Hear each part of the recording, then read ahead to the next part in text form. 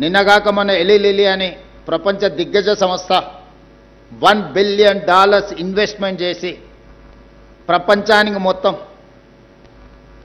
వాళ్ళు సరఫరా చేసే మందులను ఇక్కడనే ఉత్పత్తి చేసి ఇక్కడి నుంచే ప్రపంచానికి అందిస్తామని చెప్పి ఈరోజు మొదటి విడతగా $1 బిలియన్ ఇన్వెస్ట్మెంట్కి ఈరోజు మన నగరానికి తరలి రావడం జరిగింది.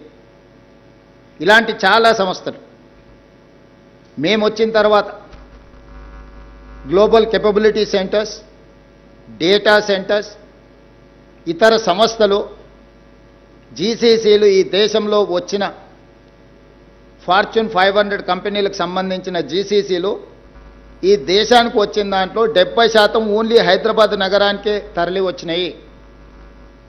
అందులో అమెరికన్ ఎయిర్లైన్స్ కావచ్చు, మెక్డొనాల్డ్స్ కావచ్చు, వాన్గార్డ్ కావచ్చు, లేకపోతే కాగ్నిజెంట్ కావచ్చు, ఇట్లా నేను చెప్పుకుంటూ వెళ్తే ప్రపంచాన్నే శాసించగలిగే సంస్థలన్నీ కూడా ఈరోజు హైదరాబాదు నగరంలో గ్లోబల్ కేపబిలిటీ సెంటర్స్ని ఇక్కడ ప్రారంభించి ప్రపంచానికి అవసరమైన మానవ మేధస్సును మన నగరం నుంచే మనం అందిస్తున్నాము.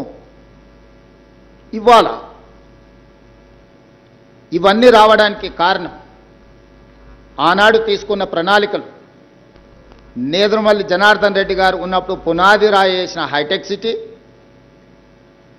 రాజశేఖర్ రెడ్డి గారు కొనసాగించిన ఔటర్ రింగ్ రోడ్, అంతర్జాతీయ ఎయిర్పోర్ట్, మెట్రో రైలు, కృష్ణా గోదావరి తాగునీటి జలాలు, ఐఎస్బీలు, నల్చర్లు, ట్రిపుల్-ఐటీలు, చంద్రబాబు నాయుడు గారు ప్రారంభించిన రాజకీయ కక్ష లేకుండా వాటిని వేగంగా అభివృద్ధి చేయడానికి, ఒక నాలెడ్జ్ హబ్ను క్రియేట్ చేయడానికి ఆనాడు విజయభాస్కర్ రెడ్డి గారు ప్రోత్సహించిన అపోలో హాస్పిటల్స్ నుంచి మొదలు పెడితే ఈనాడు ఉన్న ఏఐజీ, యశోద, గొప్ప గొప్ప హెల్త్ సెంటర్స్ ఇక్కడికి రావడానికి కారణము ఆనాడు కాంగ్రెస్ పార్టీ తీసుకున్న పాలసీలే.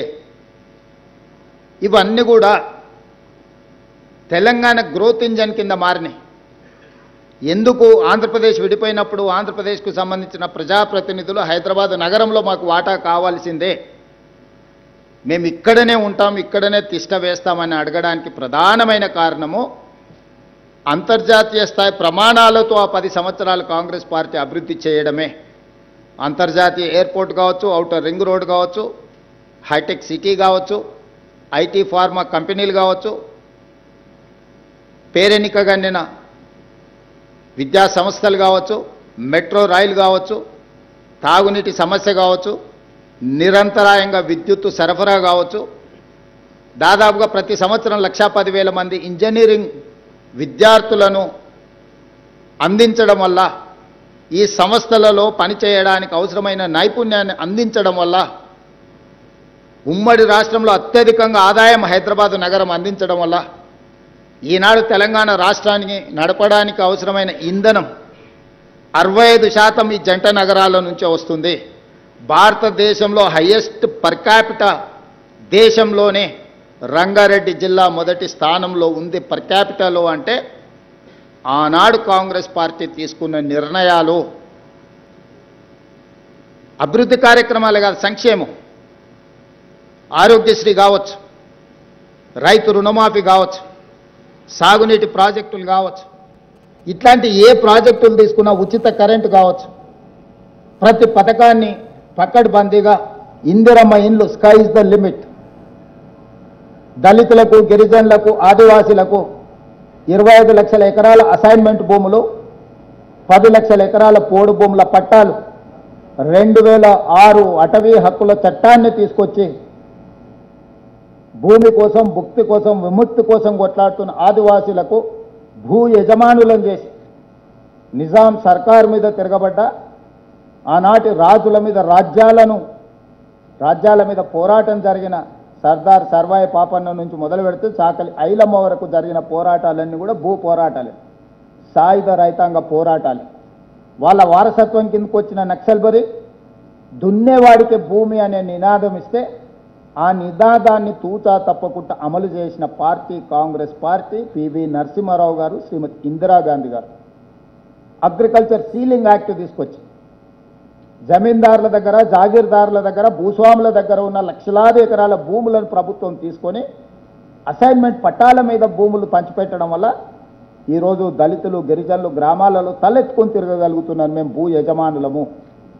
ఇల్లు లేని వాళ్ళకి ఇందిరమ్మ ఇల్లు ఇచ్చి 25 లక్షల ఇల్లు ఈ ప్రాంతంలో ఆనాడు రాజశేఖర రెడ్డి గారు స్కై ఇస్ ద లిమిట్ అనే పథకంతోనే ఇందిరమ్మ ఇళ్లను పేదలకు ఇల్లు ఇచ్చి ఆత్మగౌరవాన్ని పెంచింది కాంగ్రెస్ పార్టీ. ఒకవైపు అభివృద్ధిని, ఇంకొక వైపు సంక్షేమాన్ని బ్యాలెన్స్ చేసుకుంటూ ఒక గుడ్ గవర్నెన్స్, ఒక ట్రాన్స్పరెంట్ గవర్నెన్స్ అందించి ఆ 10 సంవత్సరాలు నిరంతరం కాంగ్రెస్ పార్టీ రాష్ట్రం, కేంద్రం సమన్వయంతో పనిచేయడంతో ఆ రోజు మెట్రో కట్టుకోవడానికి జైపాల్ రెడ్డి గారు అనుమతి ఇవ్వడమే కాదు, వైబుల్ గ్యాప్ ఫండ్ అని కేంద్ర ప్రభుత్వం నుంచి అదనంగా 100 కోట్ల రూపాయల నిధులు ఇవ్వడంతో ఈరోజు హైదరాబాద్ నగరానికి మెట్రో రైలు వచ్చింది. ఇవన్నీ చరిత్రలో చంద్రశేఖరరావు గారు చెరిపేస్తే జరిగే సత్యాలు కావు. వారు ఏదో అనుకుంటున్న వీటిని మసిబూసి మాయరడ్కాయ చేసి